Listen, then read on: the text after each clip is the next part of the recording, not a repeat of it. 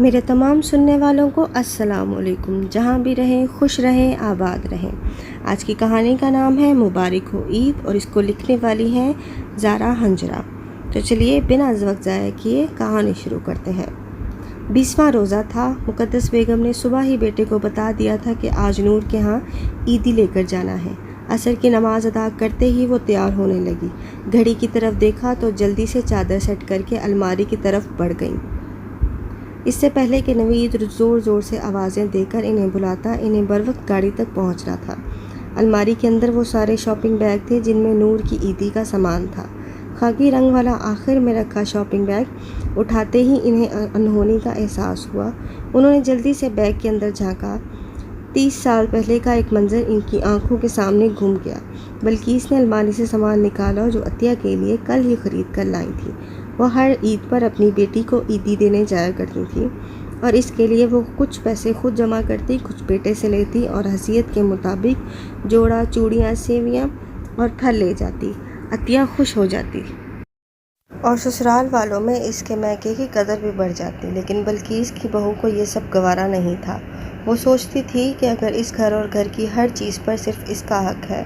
وہ گھر آئی نند کے ساتھ لیا دیا انداز رکھتی اور ساس کی بیٹی کے لیے وارفتگی دیکھ کر شوہر سے شکایت کرتی تو وہ بھی اسے سمجھا بجھا کر ٹال دیتا، مگر وہ سلگتی رہتی۔ لیکن جلد ہی اس نے فیصلہ کر لیا تھا کہ اسے ہتھیار ڈال کر نہیں بیٹھنا بلکہ اپنی جنگ خود لڑنی ہے، اور اس کے لیے اس نے باقاعدہ عمل پیرا ہو کر اوچھے ہتھ کنڈے کرنے شروع کر دیے تھے۔ بلکہ اس نے سارا سامان ایک بڑے شاپر میں ڈالنے کے لیے ایک ایک کر کے سب چیزیں نکال لیں تو ان کی حیرت کی انتہا نہ رہی۔ جو جوڑا وہ کل بازار سے دیکھ بھال کر لائی تھی وہ کینچی سے کاٹا جا چکا تھا۔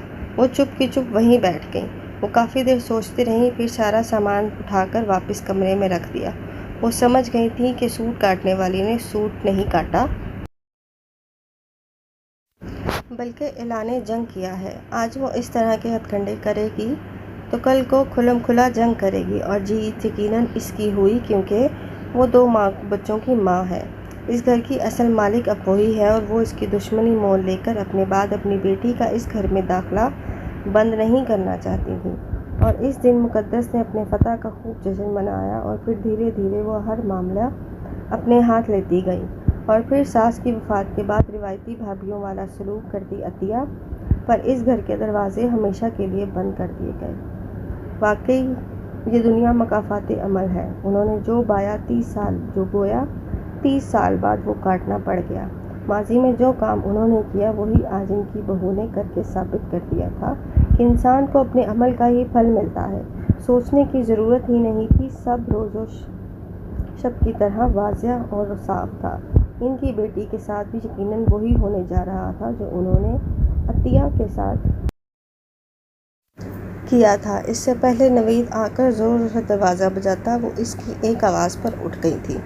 انہوں نے سامان واپس کمرے میں الماری میں نہیں رکھا بلکہ انہوں نے سوچ لیا تھا کہ انہیں اس ریت کو توڑنا ہے۔ انہوں نے خاکی بیگ ادھر ہی چھوڑا اور باقی اٹھا کر باہر گئیں۔ نک سک سے تیار تانیہ دل میں سوچ رہی تھی کہ اتنا مزہ آئے گا جب نور سب کے سامنے وہ سوٹ باہر نکالے گی، اور پھر پھٹا ہوا جوڑا دیکھ کر کتنا شرمندہ ہوگی، اور اس کا کیا وہ تو صاف مکر جائے گی۔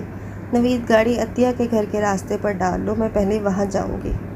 نوید ہکا بکا کہ آج اتنے برس بعد یقیناً وہ پوچھتا، اس سے پہلے ہی وہ بول پڑی، نوید میرا وہاں جانا بہت ضروری ہے، اور اسے لگا تھا کہیں خدا نہ خواستہ عطیہ پھپھو بیمار یا کوئی اور مسئلہ نہ ہو۔ اس نے گاڑی اسی راستے پر ڈال لی۔ تانیہ ناک منہ چڑھاتی رہی کہ ساس صاحبہ کو نہ جانے کس سہیلی کی یاد آ گئی۔ سنہری فریم والی اینک لگائے سرمئی بالوں والی نفیس سی عطیہ برسوں بعد اپنے باپ کے گھر کے ان مکینوں کو جو یقیناً اس کے نام نہاد اپنے تھے یک ٹک دیکھے جا رہی تھی۔ میں تمہاری عیدی لے کر آئی ہوں۔ عطیہ کے ساتھ نوید اور تانیہ بھی حیران ہوئے تھے۔ وہ احساس، وہ مان جو آج سے بہت برس پہلے دل کے تہہ خانوں میں کہیں رکھ کر بھول گئی تھیں، وہ مان انہیں لوٹایا جا رہا تھا۔ وہ احساس انہیں دلایا جا رہا تھا کہ ان کے باپ کا گھر آج بھی آباد ہے اور وہاں رہنے والے ان کے اپنے ہیں۔ عطیہ کا سارا چہرہ آنسوؤں سے بھیگ چکا تھا۔ مجھے معاف کر دو عطیہ، میں نے یقیناً بڑی دیر کر دی آنے میں۔ تمہیں پتہ ہے مجھے کسی نے احساس دلایا ہے کہ انسان جو بوتا ہے اسے وہی کاٹنا پڑتا ہے۔ انہوں نے کن اکھیوں سے تانیہ کو دیکھا جو اس ساری صورتحال کو سمجھ کر نادم سی کھڑی تھی۔ عطیہ نے انہیں گلے سے لگا کر تمام گلے شکایتیں سب دکھ ختم کر دیے۔ یہ تمہاری عیدی، اس بار تم اپنی پسند کا جوڑا لے لو، اگلی بار میں خود لے کر آؤں گی۔ نیلے نوٹ جو انہوں نے نور کے لیے جمع کر رکھے تھے وہ عطیہ کو تھما دیے۔ عطیہ کے شفاف چہرے پر الوہی چمک ابھر آئی۔ پھپھو آپ سب کو لے کر عید کے دن آئیں گی؟ تانیہ کے محبت بھرے لہجے میں پیار ابھرا تھا۔ نور اور اس کے بچے بھی ہوں گے تو کتنی مبارک عید ہوگی۔ مقدس بیگم نے مسکرا کر بہو کو دیکھا تھا جسے یہ بات وقت سے بہت پہلے سمجھ میں آ گئی تھی۔ برائے مہربانی اگر آپ کو ویڈیو اچھی لگے تو اس ویڈیو کو لائک کریں اور میرے چینل کو سبسکرائب کریں۔ شکریہ۔